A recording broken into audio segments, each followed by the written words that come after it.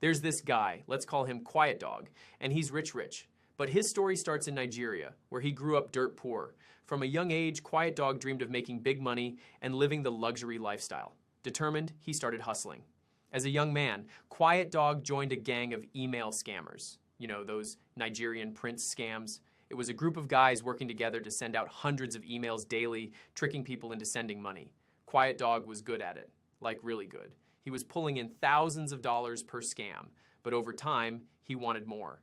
So he set his sights on bigger targets, businesses. Quiet Dog left his old gang behind and built his own team. Together, they came up with a new kind of scam targeting American companies, law firms, small banks, stuff like that. It worked. The money started rolling in. But just as things were heating up, the Nigerian government began cracking down on scammers. Quiet Dog took his cash and moved to Malaysia. For the first time, he had access to fast internet and tools like VPNs, which made his scams even more effective. Before long, he was making more money than ever. But Quiet Dog wasn't just about the money.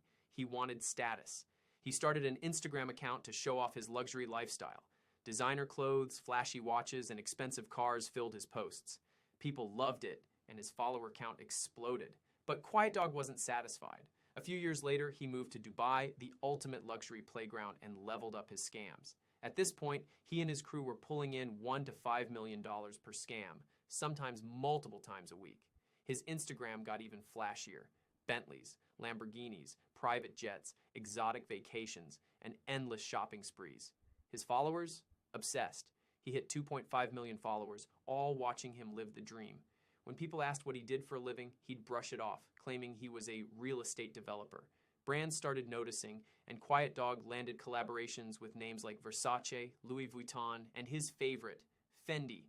For his birthday, Fendi even sent him a custom cake featuring a figurine of him surrounded by Fendi bags. Quiet Dog loved it. Naturally, he posted the cake on Instagram, and that's where he messed up. A week later, the FBI arrested one of Quiet Dog's partners, a guy we'll call the Canadian. When they searched the Canadian's phone, they found Snapchat messages between him and Quiet Dog, discussing their scams. At first, the FBI didn't know who Quiet Dog really was. But then, they saw his birthday cake post.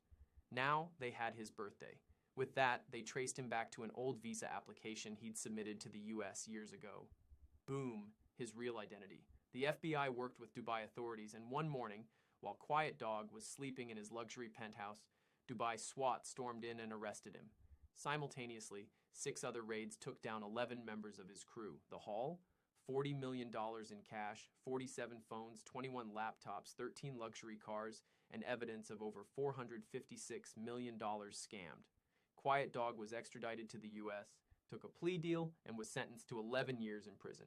Shout out to Nigeria.